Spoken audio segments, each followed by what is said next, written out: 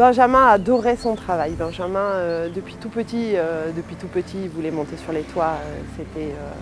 C'était une passion. À un moment, il faut aussi se poser cette question-là, entre les mains de qui on met nos jeunes. Parce que ça, c'est le prix d'une vie humaine, 35 000 €.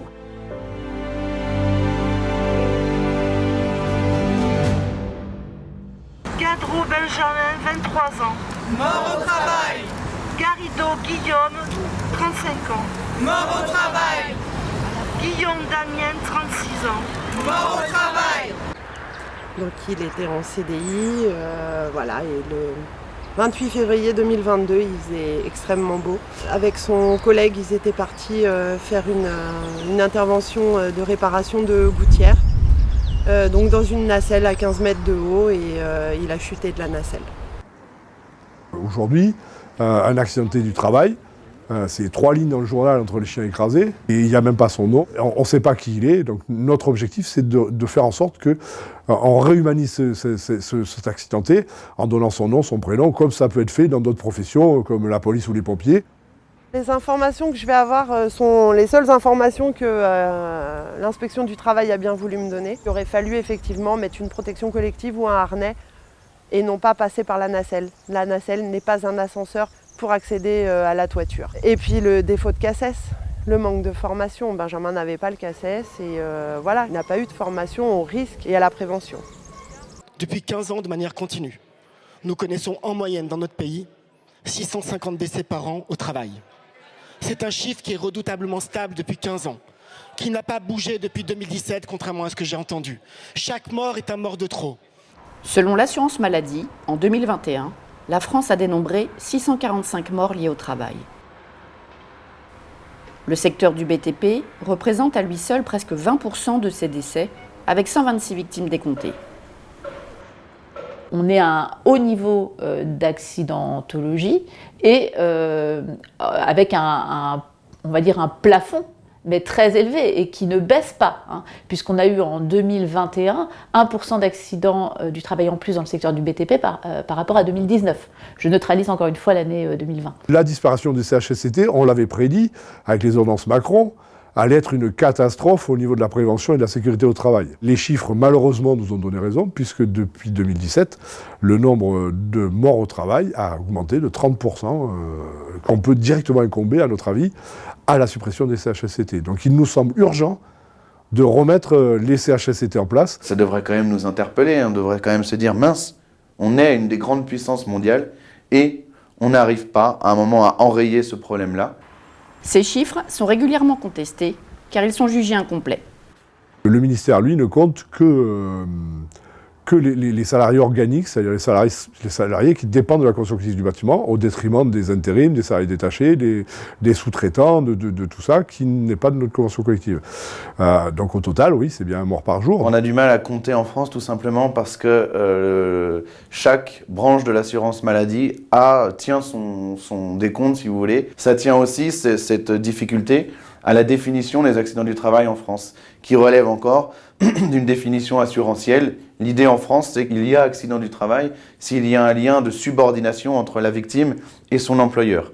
À partir du moment où la victime n'a pas d'employeur, à partir du moment donc où elle est son propre employeur, un indépendant donc, elle n'est plus comptabilisée dans les accidents du travail. Le problème en France, et ça j'arrive pas tellement à le comprendre, c'est pourquoi il n'y a pas un organisme qui va aller récupérer les données des différents régimes pour en faire un bilan global, pour qu'on ait une vision d'ensemble de ce que ça donne les accidents du travail dans ce pays. Selon la Direction générale du travail, les chutes de hauteur restent l'une des causes importantes de mortalité sur les chantiers. Au premier semestre 2022, 213 accidents du travail ont été causés par une chute de hauteur. 23 se sont révélés être mortels. Un chiffre qui ne diminue pas en dépit des campagnes de sensibilisation particulièrement ciblées. La prévention des chutes de hauteur sur les chantiers de construction est pourtant le deuxième poste le plus contrôlé par l'inspection du travail après la lutte contre le travail illégal. En 2021, 3600 chantiers ont ainsi été arrêtés. On utilise souvent l'arrêt de travaux, puisque c'est un outil qui est à notre main, qui est facile d'utilisation et qui est immédiatement efficient, puisqu'on peut demander à un salarié de descendre par exemple d'un échafaudage et de cesser, séance tenante en quelque sorte, le travail qu'il est en train de faire.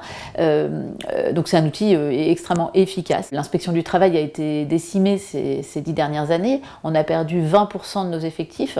Il n'y a sur le terrain que 1800 agents de contrôle pour 20 millions de salariés. Donc effectivement, c'est problématique, parce que ça ne permet pas véritablement de garantir l'efficience du code du travail dans les entreprises et sur les chantiers. L'opérateur, donc l'ouvrier, les maçons, vont se retrouver à prendre des risques parfois extrêmement importants dans ces secteurs.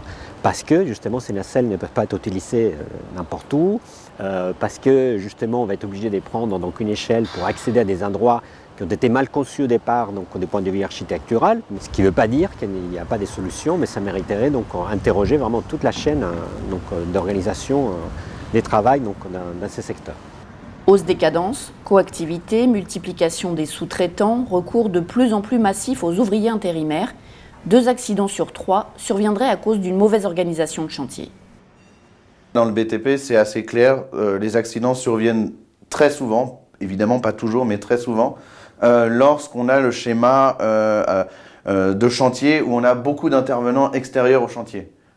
J'évoque là la sous-traitance et les travailleurs intérimaires. Et vous devez coordonner différents corps des métiers qui interviennent en même temps.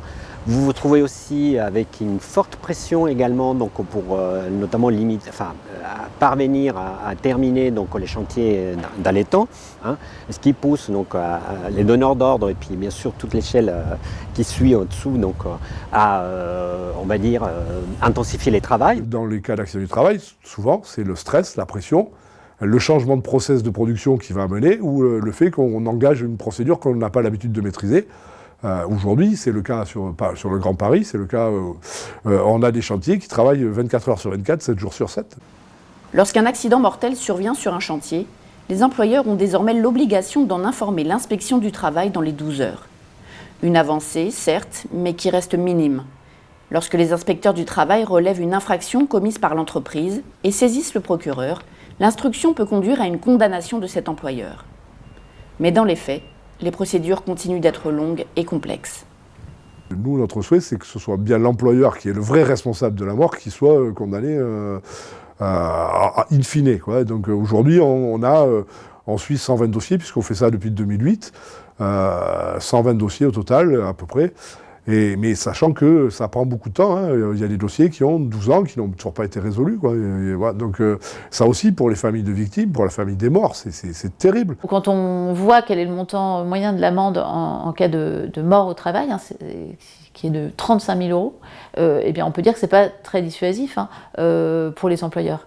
Ça veut dire, est-ce que ça c'est le prix d'une vie humaine, 35 000 euros?